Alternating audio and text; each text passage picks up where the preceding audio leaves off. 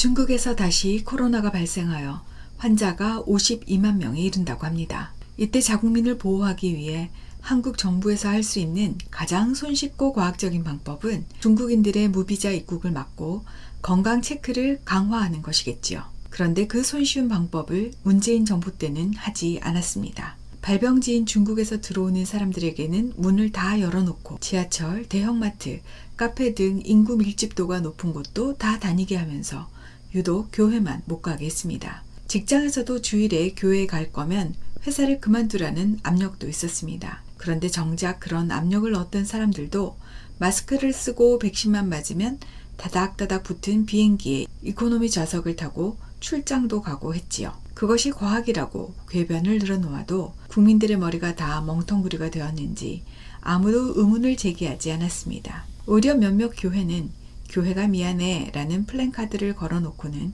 그것이 이웃을 사랑하는 깨어있는 교회라는 식으로 자랑질을 해댔습니다.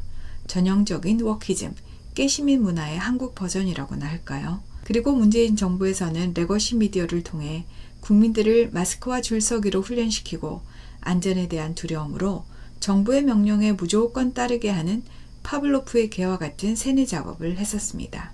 그런데 그 두려웠던 코로나가 끝나고 상황을 복귀하는 과정에서 미국에서는 당시 미국의 질병관리청인 CDC의 수장으로서 코로나 사태를 진두지휘했던 파우치 박사가 했던 일들이 얼마나 어처구니가 없었던 것인지 속속 드러나고 있고, 이와 비슷하게 한국의 코로나 영웅이자 한국의 질병관리청장이었던 정은경 씨도 불순물이 들어있는 백신인 줄 알면서도 국민들에게 투여한 혐의를 받고 있으니 도대체 지난 코로나 사태의 진실이 무엇이었는지는 앞으로도 한참 조사를 해보아야 알 수 있을 것 같습니다. 다만 한국과 미국의 차이점이라면 많은 문제점이 밝혀졌음에도 불구하고 정은경 씨는 여전히 이재명 정권 하에서도 코로나 사태를 진두지휘할 것이라는 점입니다. 다시 코로나 사태가 발생하면 대한민국 국민들이 좀 다르게 행동하게 될까요? 저는 그럴 가능성이 없다고 봅니다. 문재인 때랑 똑같이 중국의 문은 열어놓고 정부가 싫어하는 집단을 희생양으로 삼으면서 국민들에게는 그것이 과학적이고 안전한 조치라고 또다시 세뇌를 시키겠지요.